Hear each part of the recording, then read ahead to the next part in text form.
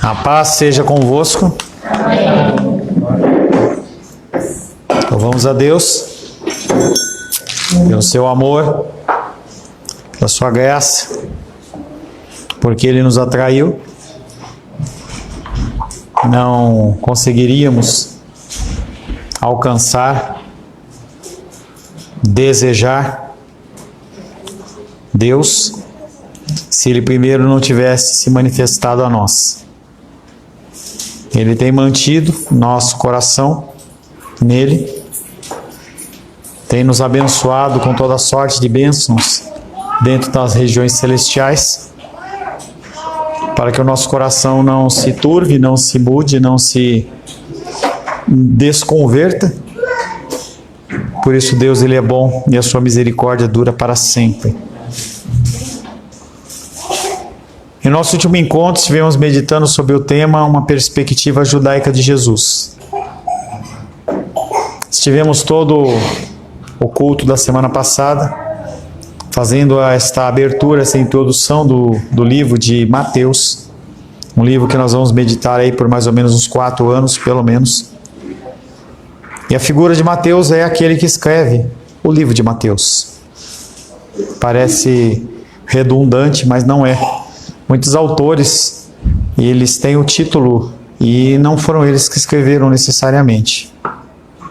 Mateus, ele foi chamado quando trabalhava ainda como coletor de impostos, uma das profissões, se não a mais desprezada que um judeu poderia ter. Era uma profissão de traição do seu próprio povo. Era um grupo de pessoas que eram judeus e eles coletavam impostos dos judeus em nome dos romanos. Eram pessoas muito bem conhecedoras das pessoas da sociedade, participaram de festas, participaram de aniversários, e aquelas pessoas, quando elas se levantam para serem coletoras de impostos, as pessoas elas ficam indignadas, porque eram pessoas conhecedoras da sociedade. Mateus, contudo, por causa da sua experiência na função, ele estava familiarizado com listas e genealogias do registro público, as quais utilizava para conhecer o histórico familiar das pessoas tributadas e assim não permitir que as pessoas elas sonegassem impostos. Então não adiantava você dizer que não tinha, porque ele conhecia, ele participava da sociedade, ele sabia o que cada pessoa tinha. Ele era, como nós falamos na semana passada, uma pessoa culta, uma pessoa que falava pelo menos 3 línguas, ele tinha a habilidade, ele tinha inteligência. A série lá de Jesus retrata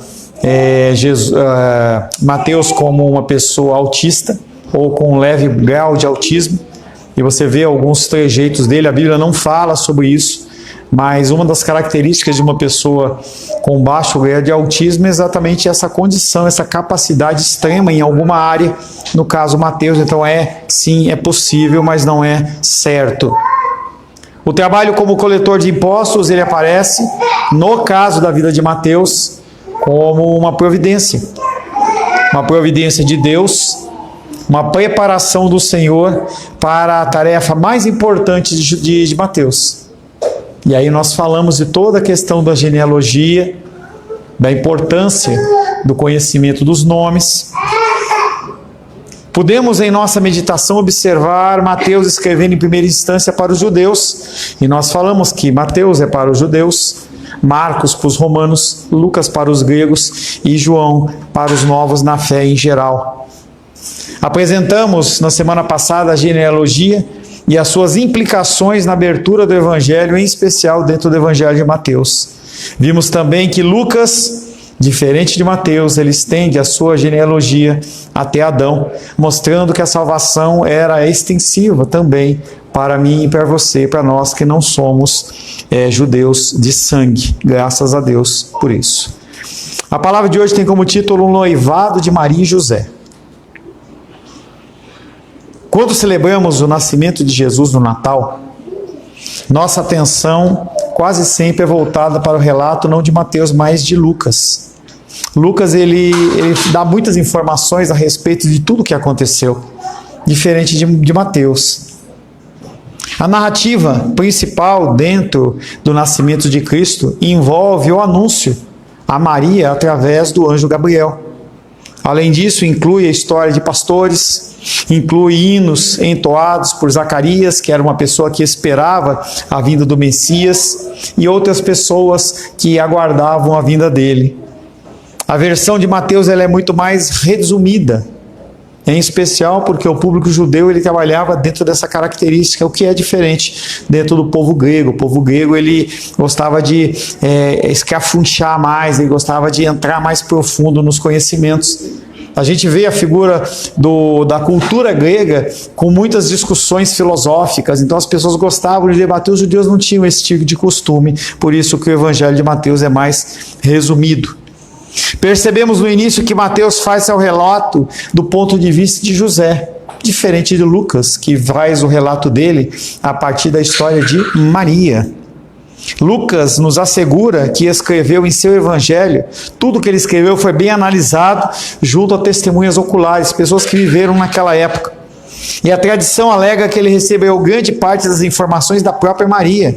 Abre por gentileza Lucas capítulo 1.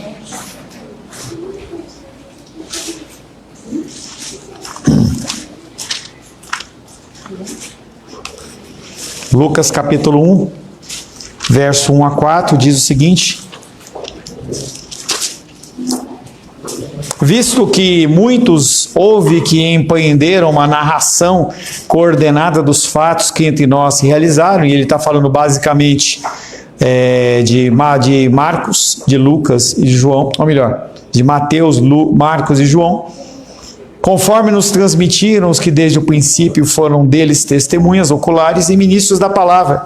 Igualmente a mim me pareceu bem, depois de acurada investigação de tudo desde a sua origem, dar-te por escrito, excelentíssimo Teófilo, uma exposição em ordem para que tenha plena certeza das verdades que foste instruído. Então, Mateus, ele fala dentro da perspectiva de José e Lucas fala dentro da perspectiva de Maria. Evidentemente, quando Mateus redigiu seu evangelho, já tinha passado 60, 70 anos, e aí não tinha mais a figura de José. José, ele morre logo cedo. A gente não tem, dentro das escrituras, a data que José morreu, mas ele morreu cedo. Dito isso, quero convidar você a abrir a palavra de Deus no evangelho de Mateus. Mateus capítulo 1.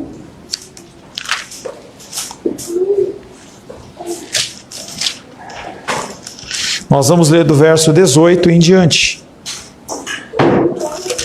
Evangelho de Mateus, capítulo 1, verso 18 em diante.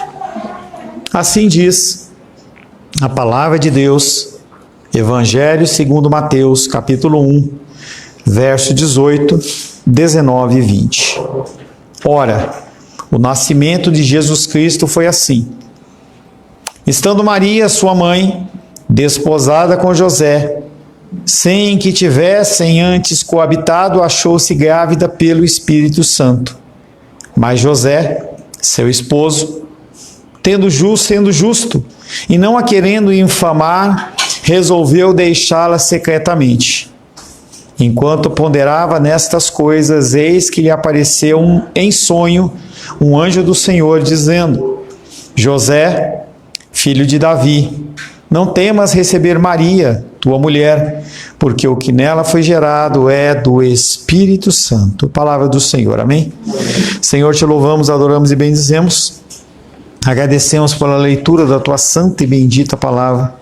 Precisamos ouvir a tua voz. Pedimos que o teu Espírito nos encha da tua presença, nos conceda da tua graça. E que o Senhor me capacite, Pai, a trazer uma mensagem santa aos nossos corações. Em nome de Jesus, amém. Podem se assentar em nome de Jesus.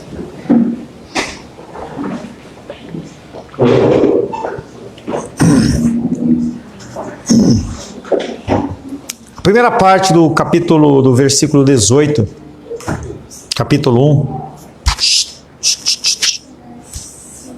Primeira parte do versículo 18, do capítulo 1, verso 18, parte A, diz assim: ora, o nascimento de Jesus Cristo foi assim.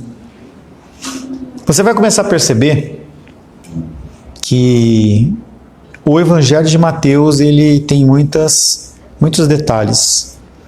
E que esses detalhes eles vão ajudar você a crescer muito em entendimento e graça. Na semana passada, nós falamos a condição de Mateus, ele ir até Abraão, e Lucas ir até Adão. E aí nós definimos ali a condição de que Lucas ele traz a extensão da salvação também para os gentios.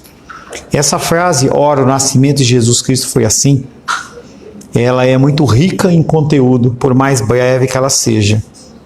Quando nós lemos no português o nascimento de Jesus foi assim, a gente não pensa na palavra grega que está por trás disso. A palavra usada aqui para nascimento de Jesus é Gênesis. É a mesma palavra do começo do livro. Então a gente tem que começar a imaginar que as coisas que começam a acontecer dentro do Evangelho de Mateus começam a ser em parte um reflexo daquilo que está acontecendo e já aconteceu lá em Gênesis. Nossa palavra Gênese vem do grego que significa ser, tornar-se ou acontecer. Verbo ser, ele é um verbo muito interessante, em que o próprio Deus, quando no contexto de Êxodo, ele se apresenta a Moisés, ele diz, eu sou. Ele se apresenta como alguém que era. Não é uma pessoa que passa, não é alguém que muda, nosso Deus é imutável. E essa condição de ser, ela deveria ser exclusivamente de Deus. Então eu vejo, por exemplo, Felipe e Rayane, e Felipe, ele não é o marido da Rayane, ele está o marido da Rayane e vice-versa. Eu estou pastor. Qual a diferença de você usar o ser e o estar? O problema é que nós somos mutáveis, nós somos passageiros. A palavra de Deus diz que nós somos como a erva, nós somos como a flor. Então essa flor está aqui bonitinha. Se você chegar mais cedo na semana que vem, você vai ver que essa florzinha aqui, ela vai estar murchinha, vai ter caído as pétalas aqui, vai estar sequinha. Enquanto a palavra de Deus, ela permanece para sempre. Nenhum i, nenhum tio deixa de se cumprir. E o nosso Deus, por ser eterno, ele não muda. Então a condição do verbo ser é algo muito especial e deveria ser utilizado em especial na figura divina de Deus, como é o que está acontecendo aqui. Quando ele fala, ora, o nascimento de Jesus Cristo foi assim, ele está falando sobre a condição de ele ser. Ele sempre foi. Ele sempre foi Jesus Cristo. Ele não passou a ser naquele momento. Mateus está afirmando que foi assim que Jesus veio a ser. Ele não veio a nascer. A tradução nascer é para que a gente possa entender dentro do nosso contexto contemporâneo, ocidental, o que aconteceu. Mas Jesus veio, o certo seria, ora, Jesus Cristo veio a ser assim.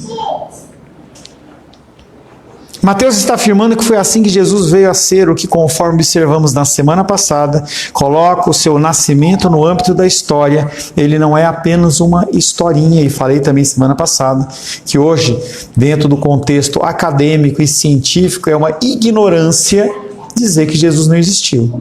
Você pode não acreditar que ele é Deus, você pode não acreditar no sobrenatural dele, mas a figura humana de Jesus, ela existiu. Êxodo capítulo 3, verso 14. Êxodo 13, 14.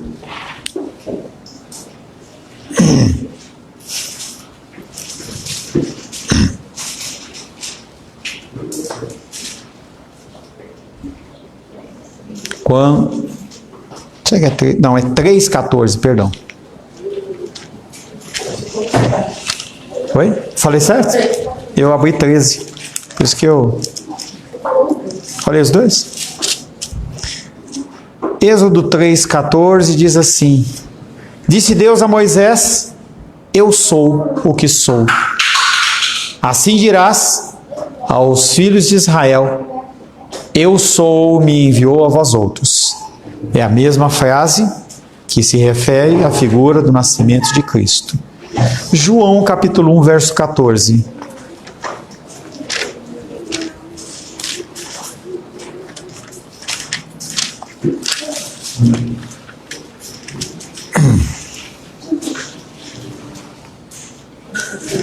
João 1,14 diz: e o Verbo se fez carne e habitou entre nós.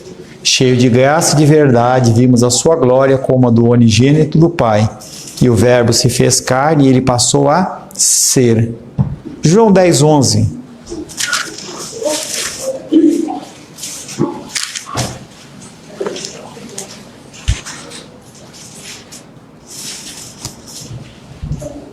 Eu sou o bom pastor. Não é o eu era, nem o eu vou ser. Jesus, ele afirma: eu sou o bom pastor dá a vida pelas ovelhas. E finalmente, João 18, versos 4, 5 e 6. João 18, verso 4, 5 e 6, assim diz a palavra de Deus. Sabendo, pois, Jesus todas as coisas que sobre ele haviam de vir, adiantou-se e perguntou-lhes: a que buscais? Responderam-lhe: a Jesus o Nazareno. Então Jesus lhe respondeu: sou eu. Eu sou. Ora, Judas o traidor estava ali também com eles. Quando, pois, Jesus lhes disse: sou eu, recuaram e caíram por terra. E há, uns 4 anos atrás, 5 anos atrás, nós meditamos sobre esse texto, exatamente trazendo a condição de que Jesus, quando ele afirma que ele é Deus, a presença dele como Deus faz com que aquelas pessoas elas caiam no chão e elas não consigam lidar com a situação de estar diante do seu próprio Criador, o autor da vida. A segunda parte do verso 18 do capítulo 1, parte B do versículo, diz: estando Maria, sua mãe, desposada com José, sem que tivessem antes coabitado, achou-se grávida pelo Espírito Santo. O contexto de casamento e noivado dos dias de hoje para os dias de Jesus era diferente. Era diferente. Em nossa sociedade, o noivado é considerado um compromisso entre duas pessoas que pretendem se casar em determinada data. Mas há inúmeros casos em que os laços eles são rompidos e o casamento simplesmente não se concretiza e ninguém nem fica preocupado com isso. A menos que esteja muito perto, a menos que você tenha comprado presente e já tiver entregue. Mas normalmente os noivados que se rompem, eles se rompem, tá ali junto, comprei uma aliança, entendeu? A gente lembra que até outro dia aí, o Gabriel, ele estava todo enamorado, comprou uma aliança de compromisso, do jeito que foi, entendeu? Assim não era na época do Antigo Testamento, ou na época de Jesus Cristo. Era algo diferente. Em nossa sociedade, o noivado é considerado um compromisso entre duas pessoas que pretendem se casar em determinada data. Mas há inúmeros casos em que os laços eles são rompidos e o casamento nunca se concretiza. Porém, para os judeus da época de Jesus, o noivado era algo muito sério. Tratava-se de uma promessa praticamente inviolável, geralmente feita um ano antes das bodas, antes do casamento, com peso de lei quase igual ao do casamento propriamente dito. Então, apesar de a pessoa estar noivada, ela era como se fosse casada. Ela não convivia na mesma casa, ela não tinha relações, mas ela estava ali, ele é dele e ela é dele. Algo que aparece bastante dentro dos cursos de casados para sempre. E aí eu falo, o Paulo da Rosângela e o Rosângela do Paulo. Era assim que eles trabalhavam, uma coisa muito séria. Os dois eventos, tanto o noivado como o casamento, eram muito próximos, que para se romper um noivado era necessário praticamente um divórcio. Após o noivado, a noiva permanece sob o teto dos pais. Ela não mudava para a casa do noivo, do futuro marido, até o dia do casamento. Portanto, era grave quando se descobria a gravidez de uma moça noiva. As implicações disso eram imensas na sociedade judaica e poderia, com efeito, resultar na execução, na morte, em especial da mulher que violara o noivado dessa forma. Pastor, por que só sobre a mulher? Porque tinha um detalhe. O homem, não se tinha como provar que ele era o pai. Mas a mulher, quando começava a engordar, ela estava grávida. Não havia teste de DNA na época. Por isso que naquela época, e ainda nos dias de hoje, apesar da gente ver a condição das mulheres se empoderando e tendo muito mais liberdade, é algo que as mulheres têm que tomar cuidado, porque a responsabilidade cai sempre nos ombros da mulher. E aí, nesse caso, Maria se achou grávida pelo Espírito Santo. Contudo, nos é dito aqui em Mateus que antes de Maria coabitar com José, achou-se grávida pelo Espírito Santo. O pai da criança no ventre de Maria não era um amante ilícito, tampouco José. A paternidade fora concretizada por uma atividade sobrenatural do Espírito Santo, algo que dentro do credo apostólico nós recitamos. Creio em Deus Pai Todo-Poderoso, Criador dos céus e da terra, e em Jesus Cristo, seu único Filho, nosso Senhor, que foi concebido pelo poder do Espírito Santo, nasceu da Virgem Maria. Então ele cita, isso aí era uma verdade dentro da igreja primitiva. As pessoas, elas proclamavam aquilo como uma verdade, e as pessoas não acreditavam nisso. Esses dois aspectos milagrosos, a sua concepção sobrenatural e o seu nascimento, eram parte da fé integrante da igreja cristã nos primeiros séculos. A concepção de Jesus foi tão extraordinária e realizada pela obra do Espírito Santo, cujo resultado foi um bebê nascido de uma mulher virgem. Muito provavelmente nenhuma afirmação no cristianismo bíblico sofreu mais ataque por parte do liberalismo. O que é o liberalismo? Uma corrente cristã que ela é portas abertas. Então tudo pode. Então você tenta de alguma maneira adequar os princípios bíblicos mais sérios a uma teologia que é mais light, e você olha para a palavra de Deus e fala, ela não é a palavra de Deus, mas ela contém a palavra de Deus. Estava com uma moça aconselhando ela uns 15 dias atrás de uma igreja, e ela mostrou no fundo da Bíblia dela, dizendo lá, a Bíblia, ela não é a palavra de Deus, ela contém, está lá a foto. Ela tirou a foto e mandou para mim, e ela foi discutir com a liderança da igreja, a igreja não falou, é isso mesmo, nós acreditamos nisso. Isso chama-se liberalismo. A maioria das igrejas dos dias de hoje que a gente vê são igrejas liberais. Liberalismo não tem a ver com conservadorismo. Conservadorismo em que a mulher não pode passar maquiagem, ela só pode usar cabelão, não pode usar calça, o homem tem que usar terno, tem que usar gravata. Isso aí é conservadorismo extremista. Usos e costumes, não é isso que nós estamos falando. Esse liberalismo é o liberalismo teológico, em que as pessoas, elas permitem muitas coisas em prol de si mesmos. Por algum motivo, esse fato do nascimento de Cristo, ele recebe mais atenção que a própria ressurreição. Uma vez que o relato é claramente sobrenatural, ele se tornou um obstáculo para aqueles que tentam reduzir a essência da fé cristã àquilo que pode ser alcançado de uma forma natural. Todas as religiões do mundo, nós já falamos sobre isso algumas vezes, todas as religiões do mundo, elas existem. Se você colocar ela num painel e você tirar a condição sobrenatural de algum fato, de alguma coisa, você vê, por exemplo, lá a figura lá na Índia, lá o deus deles é um elefante lá com um monte de braço e tal. Se você tirar o sobrenatural, a religião ela persiste. Porque a base das religiões não é o sobrenatural, mas a base da religião cristã, do cristianismo, é tudo sobrenatural. Desde o nascimento do mundo, da criação de todas as coisas, um Deus soberano, em que ele vai e fala para acontecer e acontece, e as pessoas preferem acreditar em que uma explosão num lugar distante fez com que as moléculas elas se batessem e aí as coisas vão aparecendo. É uma coisa muito louca e nunca foi provado e continua sendo uma teoria e nunca vai ser provado. A nossa fé não. A nossa fé, o nosso cristianismo, ele é baseado no sobrenatural. E nós vemos aqui um elemento, por exemplo, a geração de uma criança de uma forma sobrenatural. E tantos outros milagres e tantas outras maravilhas que nós temos. Mateus capítulo 1, verso 19. Nós temos duas situações paralelas acontecendo.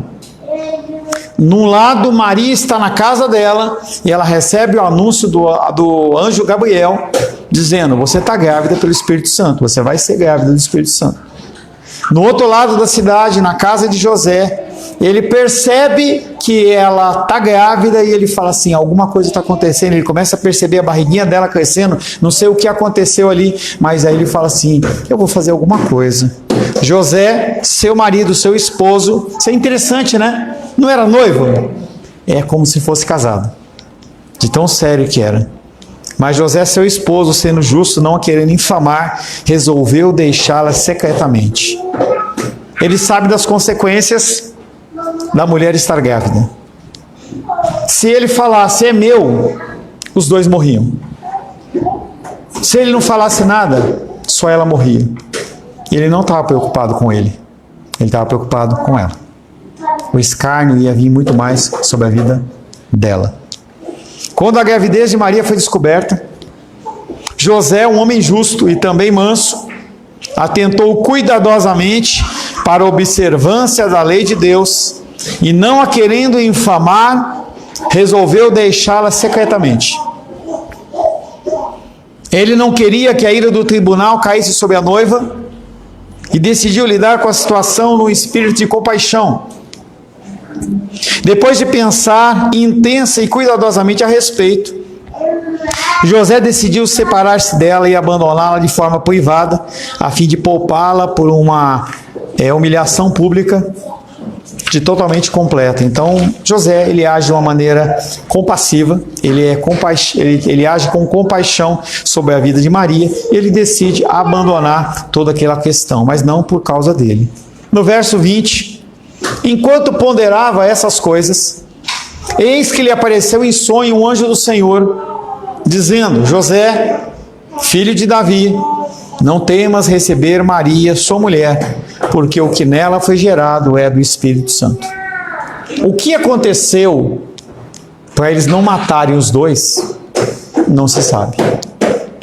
Talvez Deus tenha cegado o entendimento daqueles homens e daquelas mulheres, a partir do momento em que o plano de Deus se cumpriu. Algo sobrenatural aconteceu ali, porque a barriga dela cresceu.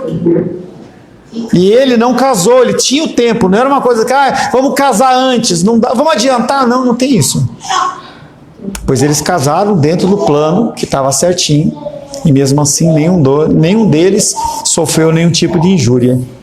O Novo Testamento dá tanta importância ao fato que Jesus é filho de Davi, que ele concede a José, mesmo sem ser pai, o título de filho de Davi. Jesus, filho de Davi, porque José, ele é filho de Davi. Essa é a segunda vez na breve narrativa que a concepção de Cristo no ventre de Maria é atribuído à obra do Espírito Santo, e aí nós voltamos à ilustração do texto de Lucas. Na versão de Lucas, quando o anjo Gabriel contou a Maria que ela havia concebido e teria um filho, a jovem ficou assustada e perguntou: como eu vou gerar uma criança se eu sou virgem? Se eu não conheço varão? Se eu não conheço homem algum? E aí algo que Jó 42:2 fala, nenhum dos planos de Deus pode ser frustrado. Em outra passagem, Jó fala que quando Deus ele age de uma forma impossível e não tem quem possa impedir os seus planos. E aqui ele vem e fala também, no verso 37 do capítulo 1 de Lucas: para Deus não há impossíveis. Nós temos um Deus que é um Deus dos impossíveis. Em seguida, o anjo Gabriel explicou a Maria como seria o nascimento. O Espírito Santo a envolveria, e mais uma pérola dentro desse contexto, e o Espírito Santo explicou que ele a envolveria com sua sombra, e a criança nasceria como resultado dessa obra sobrenatural. Gênesis capítulo 1, verso 1 e 2.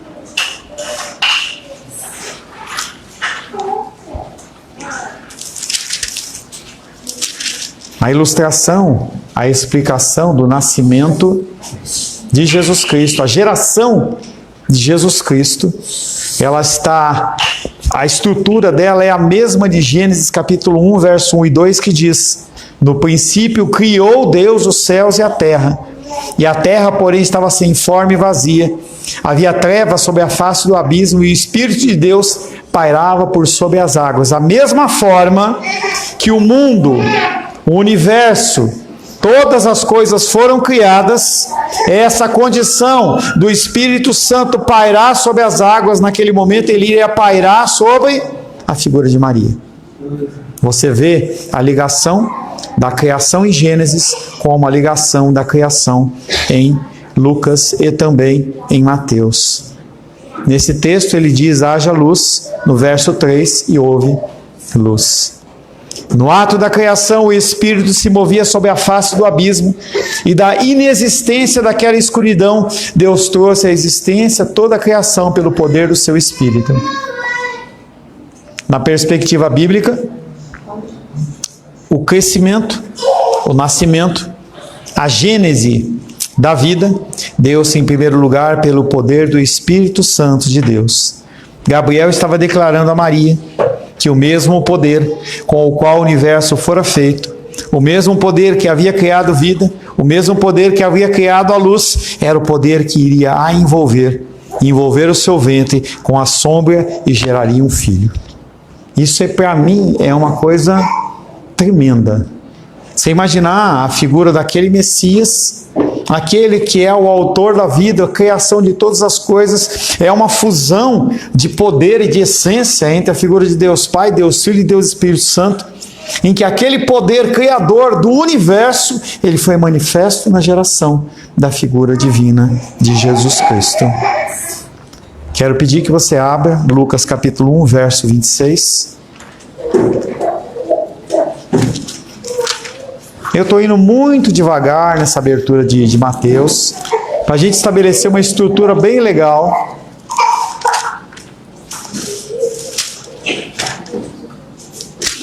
Lucas capítulo 1, verso 26 a 38.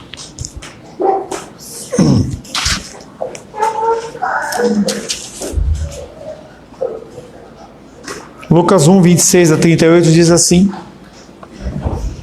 no 6º mês, foi o anjo Gabriel enviado da parte de Deus para uma cidade da Galiléia chamada Nazaré, a uma virgem desposada com certo homem da casa de Davi, cujo nome era José. A virgem chamava-se Maria, e entrando o anjo aonde ela estava, disse: alegra-te, muito favorecida, o Senhor é contigo. Ela, porém, ao ouvir essa palavra, perturbou-se muito e pôs-se a pensar no que significaria essa saudação. Mas o anjo lhe disse: Maria, não temas, porque achaste graça diante de Deus. Eis que conceberás e dá à luz um filho, a quem chamarás pelo nome de Jesus. Esse será grande e será chamado Filho do Altíssimo. Deus, o Senhor, lhe dará o trono de Davi, seu pai.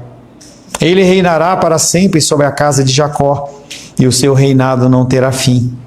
Então disse Maria ao anjo: como será isso, pois não tenho relação com homem algum? Respondeu-lhe o anjo: descerá sobre ti o Espírito Santo, e o poder do Altíssimo te envolverá com a sua sombra. Por isso, também o ente santo que há de nascer será chamado Filho de Deus. E Isabel, sua parenta, igualmente concebeu um filho na sua velhice, sendo esse já o 6º mês para aquela que se diziam ser estéril, porque para Deus não há impossíveis em todas as suas promessas. Então disse Maria: aqui está sua serva, que se cumpra em mim, conforme a sua palavra, e o anjo se ausentou dela. Lule, por favor. Vamos finalizar essa palavra cantando parte desse texto.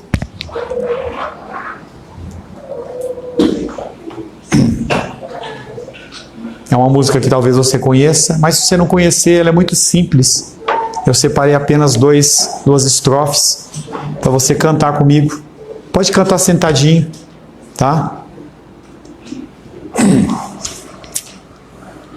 Minha alma engrandece ao Senhor, meu espírito se alegra em Deus, meu Salvador. Pois com poder tem feito grandes coisas e com misericórdia demonstrado amor. Santo, Santo,